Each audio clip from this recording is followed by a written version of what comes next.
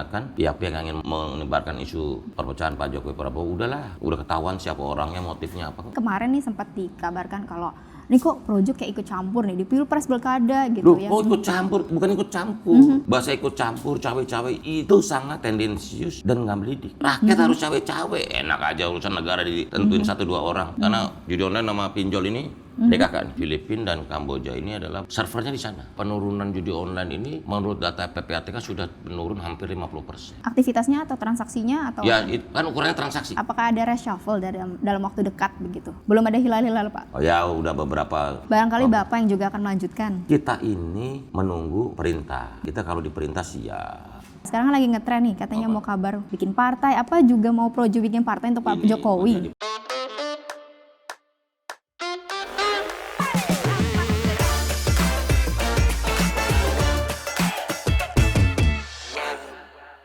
Halo semuanya, selamat datang di podcast Tirto ID for Your Politik, yang muda, yang berpolitik. Bersama saya Yuliana. Pada episode kali ini saya akan ngobrol dengan Menteri Komunikasi dan Informatika, Budi Aris Setiadi. Halo Pak Budi, apa kabar? Baik, sehat. Sehat-sehat, alhamdulillah, puji Tuhan. Pastinya sahabat Tirto juga udah tahu ya kalau Pak Budi ini juga merupakan Ketua Umum Projo alias Pro Jokowi. Jadi cocok banget kita ngobrol politik hari ini dengan Pak Budi. Tapi sebelum ngobrolin politik nih Pak, saya mau ngobrol sama Bapak sebagai Menkominfo nih. Ini kan jabatan sebagai Menkominfo tinggal 2 bulan lagi. 40 hari. 40 hari bahkan. Ada nggak sih Pak kira-kira tugas atau target tertentu dari Pak Jokowi yang nih mesti banget nih sampai Oktober ini, dan sekarang Bapak lagi benar-benar ngejar banget nih sampai Oktober ini?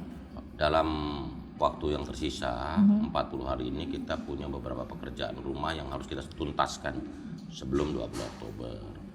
Yang pertama adalah soal aturan turunan dan kelembagaan untuk pelaksanaan Undang-Undang Perlindungan Data Pribadi, yaitu rancangan peraturan presidennya yang harus kita susun tentang.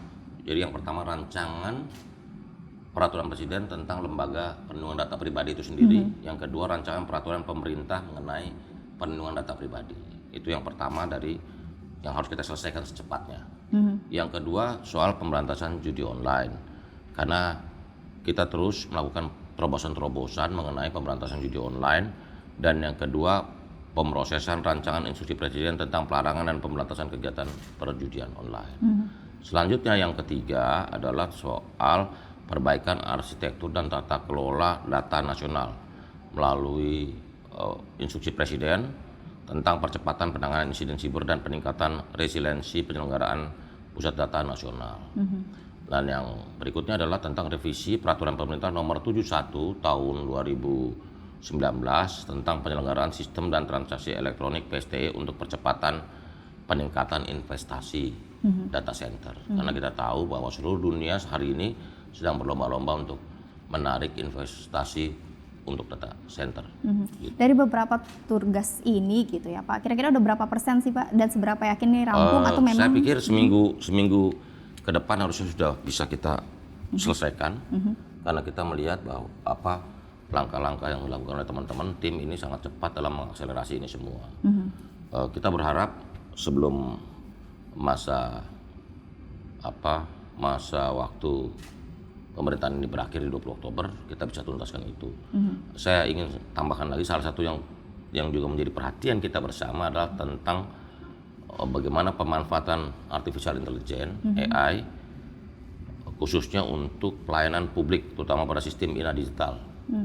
Karena kita sedang terus melakukan percepatan digitalisasi, karena ini untuk mendukung peningkatan pelayanan publik dan juga sangat berguna bagi kita untuk menumbuhkan, mengembangkan ekosistem digital di Indonesia.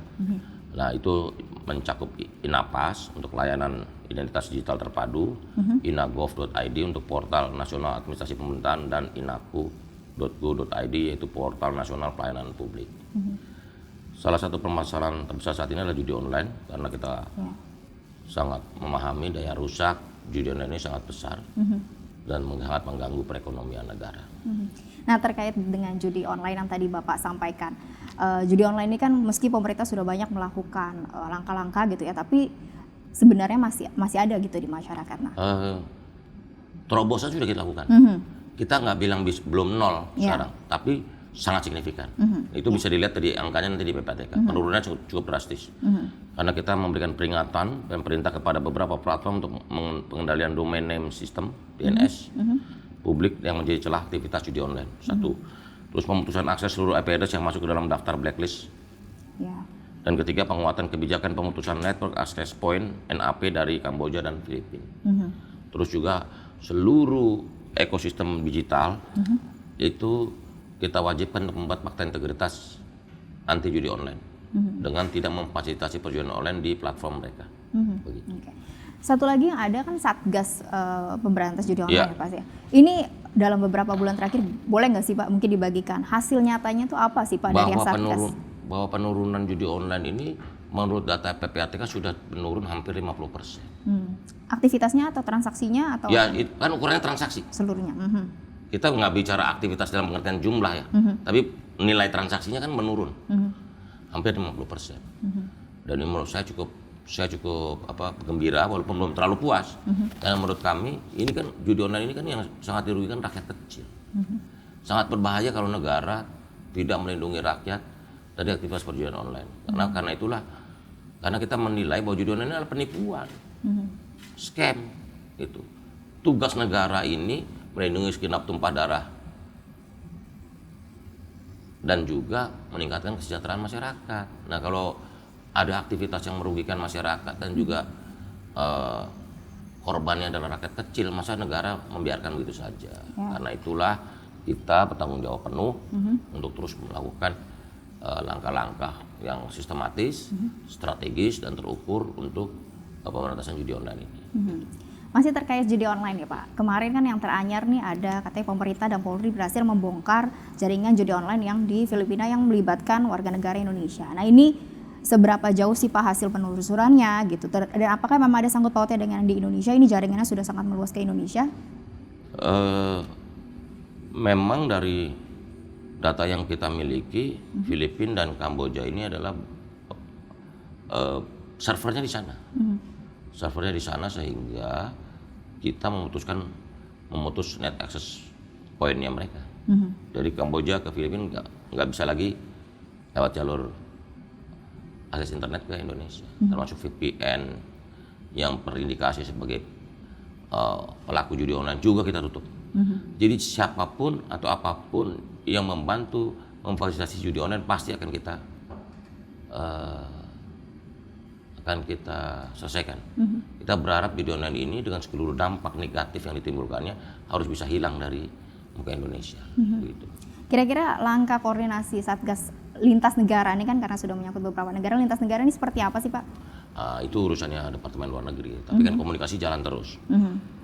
Jadi tadi saya sampaikan kita sudah lakukan juga pemblokiran virtual private network VPN gratis yang terbukti untuk akses judi online.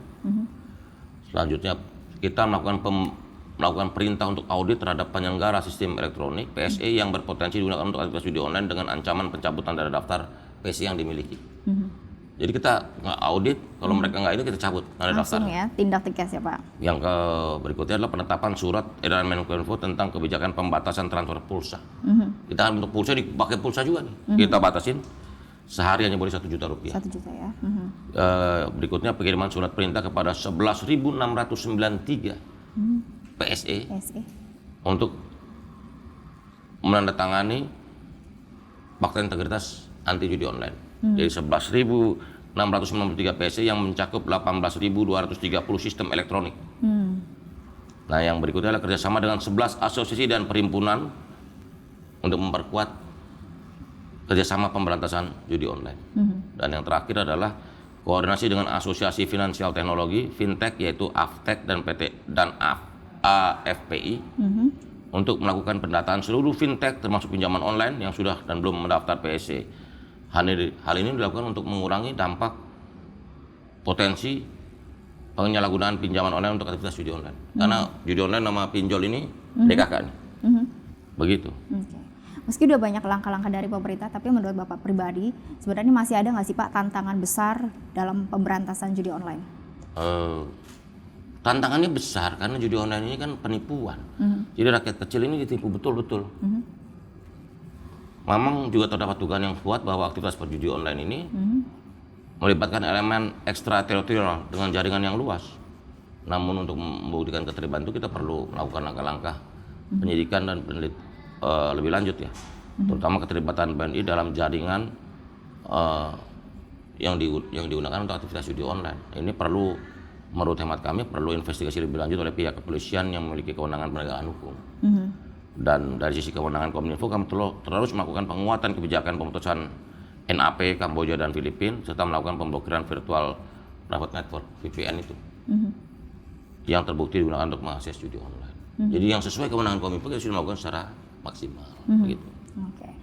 Isu lain nih Pak yang juga lagi hangat di masyarakat itu soal permintaan dari ojek online penyesuaian tarif. Kalau dari Kominfo sendiri melihatnya seperti apa sih Pak?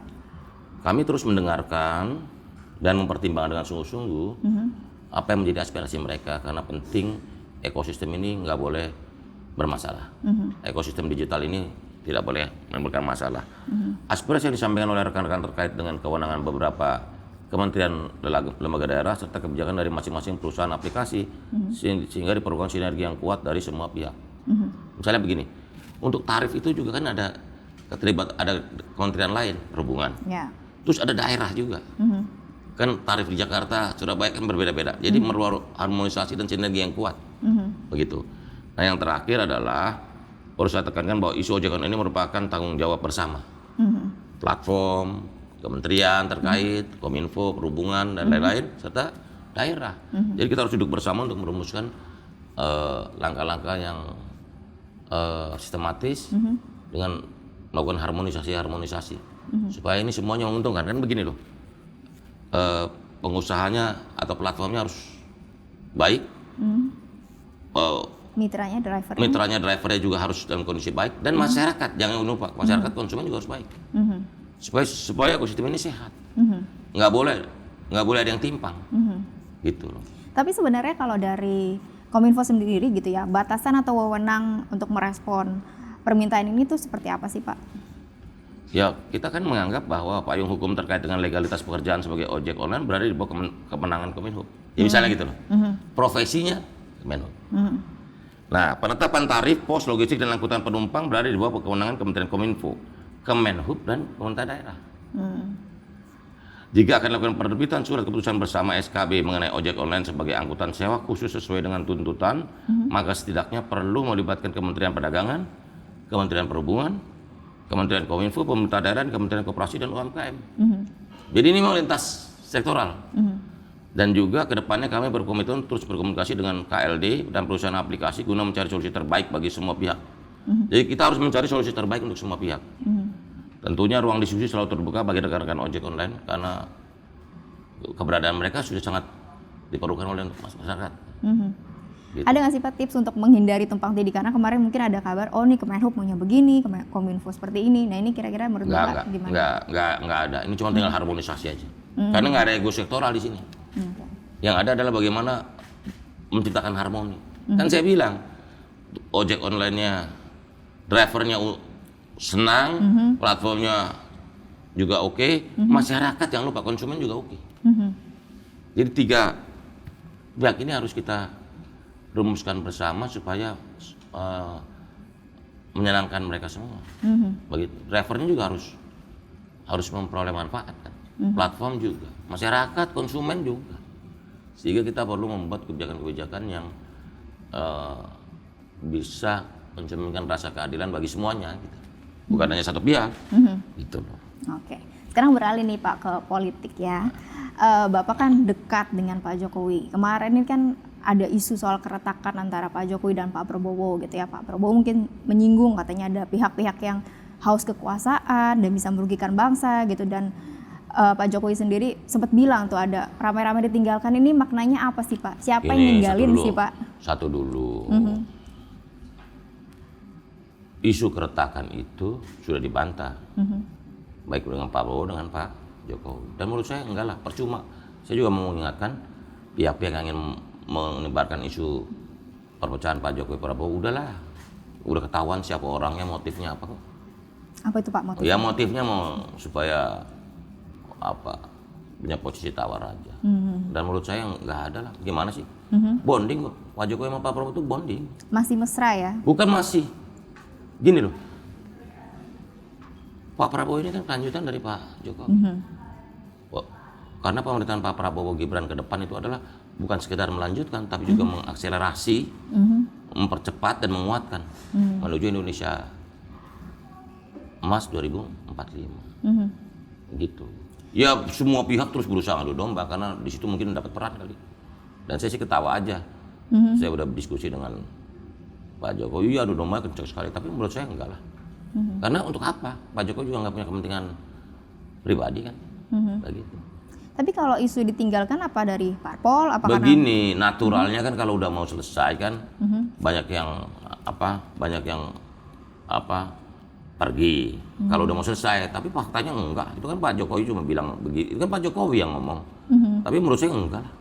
Karena Pak Jokowi dekat sama rakyat. Menurut kamu? Kalau dari Projo sendiri gimana Pak kecenderungannya? Apa masih bersama Pak Jokowi? Loh kita kan harus dong. Kita kan harus sampai akhir dong. Gini, spirit kita setia di garis rakyat. Ya Pak Jokowi kan setia di garis rakyat, kita itu. Kan yang mengikat kita dengan Pak Jokowi kan nilai-nilai. Nafas perjuangan, elan perjuangan.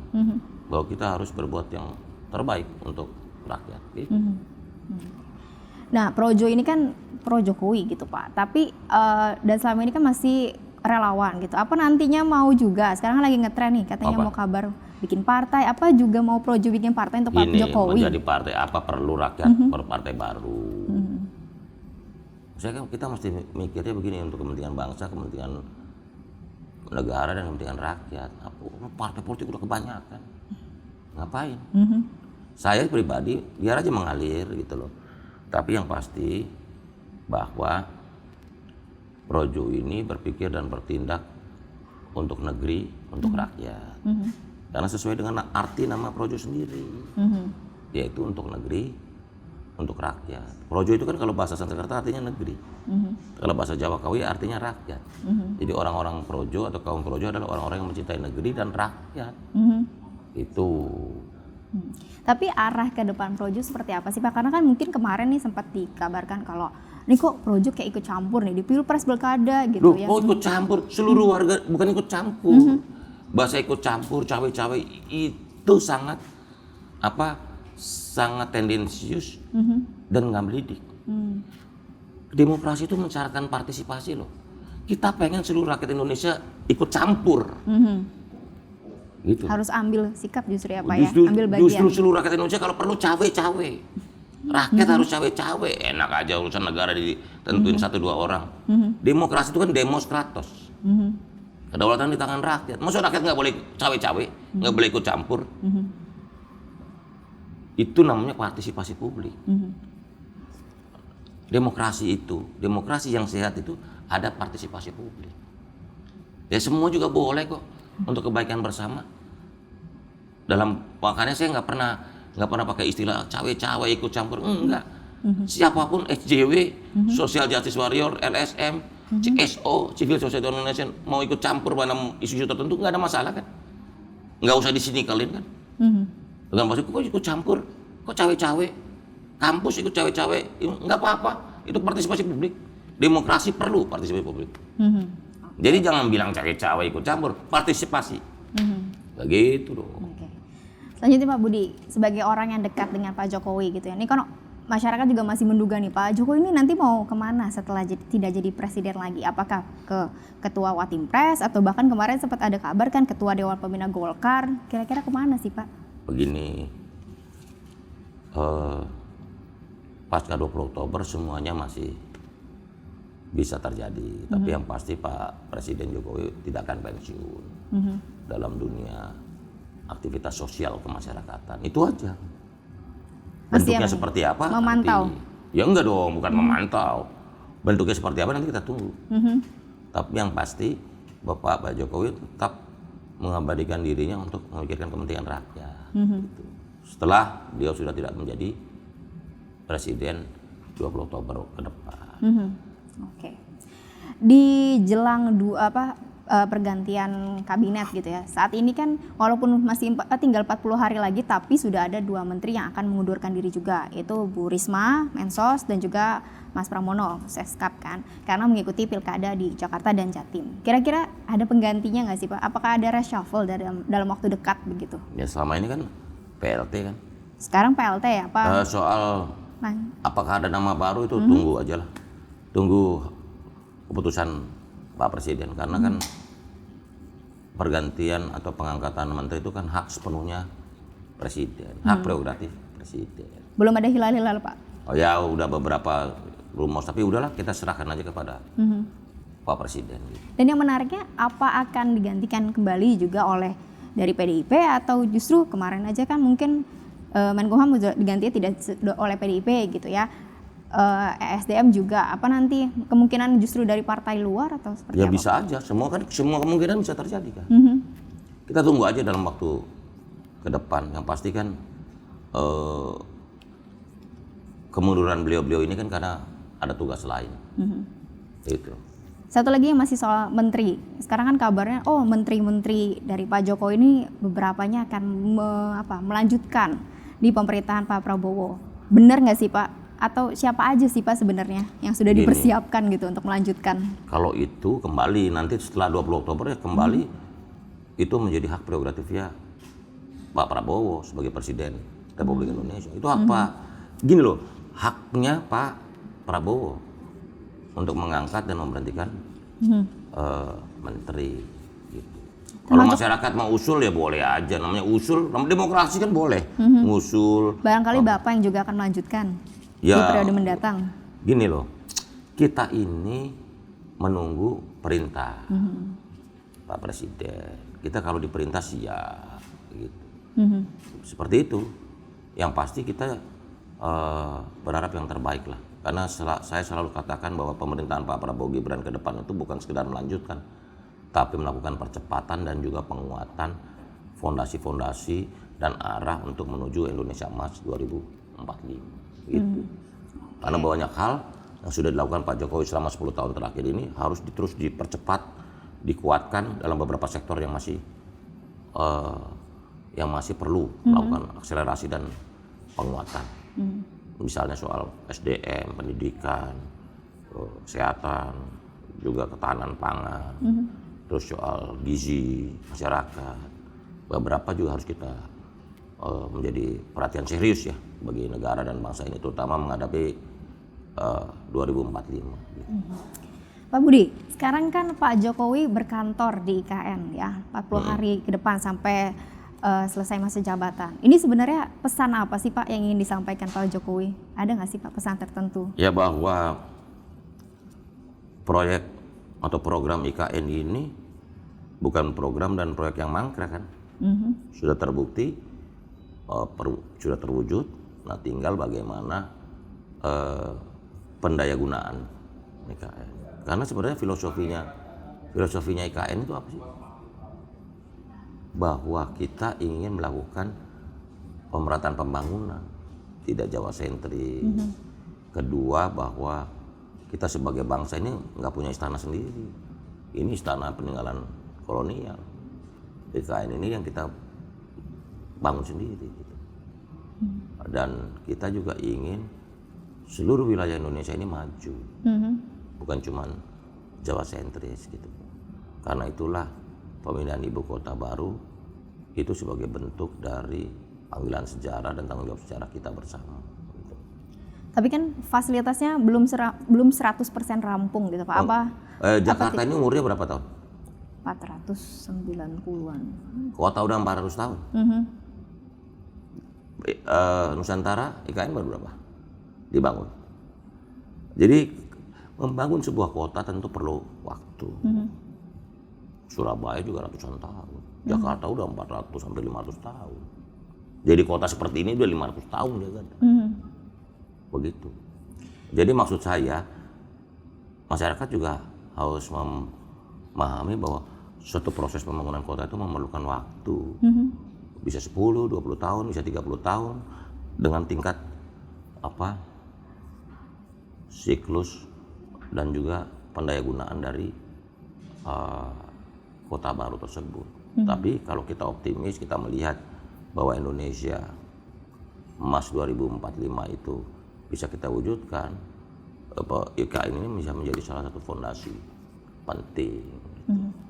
Tapi Pak Jokowi berkantor di IKN, menterinya ikut nggak nih Pak? Sementara harusnya beberapa menteri ikut ya, terutama menteri-menteri yang terlibat secara teknis. Ya, karena kan PUPR, biar koordinasi tetap biar lebih berjalan. gampang. Oke. Terakhir nih Pak, soal Pak Jokowi ini kan di akhir jabatannya ini mendapat kritik gitu ya, kemarin mungkin dari demo, kemudian ada juga soal yang disorot juga indeks korupsi seperti itu, bahkan dinasti politik. Nah, kalau Bapak sendiri sebagai orang dekat Pak Jokowi melihat kritik-kritik yang datang ke Pak Jokowi ini seperti apa sih Pak? Ya kita jangan hanya melihat kelemahannya. Apa yang dilakukan oleh Pak Jokowi selama 10 tahun ini kan nyata loh. Coba kita objektif, runtut lagi satu-satu dari 2014 sampai 2004, apa yang sudah dikerjakan Pak Jokowi selama Pak Jokowi menjadi presiden. Banyak hal, lompatan-lompatan. Menurut saya, dari sisi kami aja misalnya di Kominfo, kecepatan internet kita tumbuh 10 sampai 12 kali.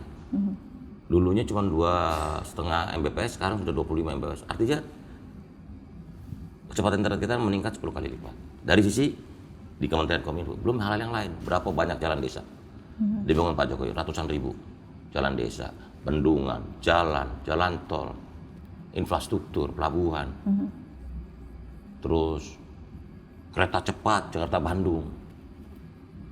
Banyak gitu. Kalau dirinci saya malah berbagai isu BBM satu harga. Kebijakan BBM satu harga itu terobosan juga itu. Sehingga terjadi pemerataan, tidak ada perbedaan harga kan antara satu daerah dengan daerah lain di Indonesia. Jangan dilihat ini, lihat dong apa yang dilakukan oleh Pak Jokowi selama 10 tahun ini. Menurut hemat kami, Pak Jokowi adalah yang real action. Pak Jokowi mengeksekusi banyak hal dan menyangkut rakyat. Belum Tora, saya sebutin lagi tuh Tora, tanah objek, reforma agraria, pendidikan, kesehatan, berapa langkah. Ingat kita satu dari sedikit negara yang menurut WHO kita terbaik dalam penanganan COVID. Apa itu bukan prestasi? Begitu loh. Ini 10 tahun potong COVID 3 tahun nih. Kalau nggak ada potong COVID 3 tahun, makin lompat kita. Indonesia harusnya ya. Karena kita agak terhambat COVID ya. Dan kita nggak bisa nyalain siapa-siapa COVID kan. Karena juga kita nggak minta kan. Seluruh dunia mengalami COVID gitu. Tapi cara penanganan kita, manajemen Pak Jokowi dalam COVID, coba dinilai aja. Dunia memuji kepemimpinan Pak Jokowi, manajemen leadership Pak Jokowi dalam penanganan COVID. Gitu loh.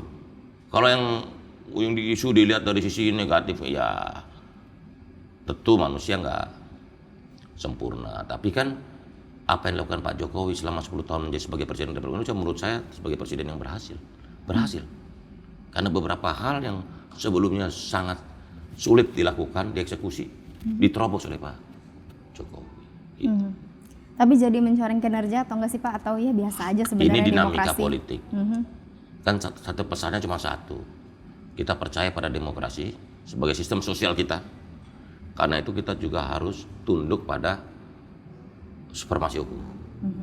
Karena demokrasi itu kan mensyaratkan aturan. Nah, aturan adalah supremasi hukum. Kita negara hukum, kita harus tunduk pada hukum. Kalau MK sudah putusin A, ya A. B. Jangan kita against keputusan Mahkamah Konstitusi. Karena supremasi hukum.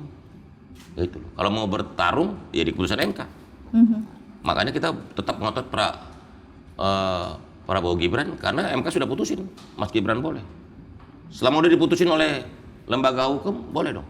Dan kita juga nggak boleh, kalau keputusannya bagus, MK dipuji, kalau keputusannya nggak menyenangkan, dikritik, nggak boleh begitu dong. Ya udah kita terima aja keputusan lembaga hukum. Jangan karena keputusannya nggak enak, MK maki-maki, MK Mahkamah Keluarga, begitu MK bagus dipuji-puji MK, nggak boleh begitu. Kalau kita percaya pada sistem hukum, kita percaya pada supremasi hukum, kita yakin bahwa demokrasi ini adalah instrumen dan sistem sosial yang terbaik untuk mengatur negara dengan keberagaman seperti Indonesia ini, maka kita harus tunduk pada supremasi hukum. Begitu. Ini saya bukan nyindir siapa-siapa nih. Ada yang kalau keputusannya bagus, oh bagus MK, kalau keputusan jelek, oh ini Mahkamah Keluarga. Nggak boleh begitu. Harus konsisten. Apapun keputusan kita tunduk.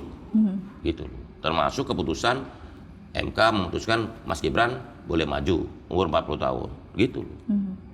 Seperti itu. Kita tunduk pada putusan lembaga hukum. Jangan putusan bagus, MK, putusan jelek, MK jelek, nggak boleh. Begitu ya. Baik, terima kasih banyak Pak Budi atas waktunya pada hari ini, udah memberikan insight nih dari kita tadi udah ngobrol dari judi online sampai perpolitikan. Terima kasih banyak Pak. Oke, Ya. makasih. Ya, sahabat Tirto, tadi sudah menyaksikan bukan obrolan saya dengan Menkominfo dari judi online sampai juga perpolitikan tanah air. Semoga obrolan ini mencerahkan. Terima kasih dan jangan lupa untuk selalu nonton YouTube For Your Politics dan jangan lupa untuk sekalian di like, komen, dan subscribe. Oke, sampai jumpa. Dah.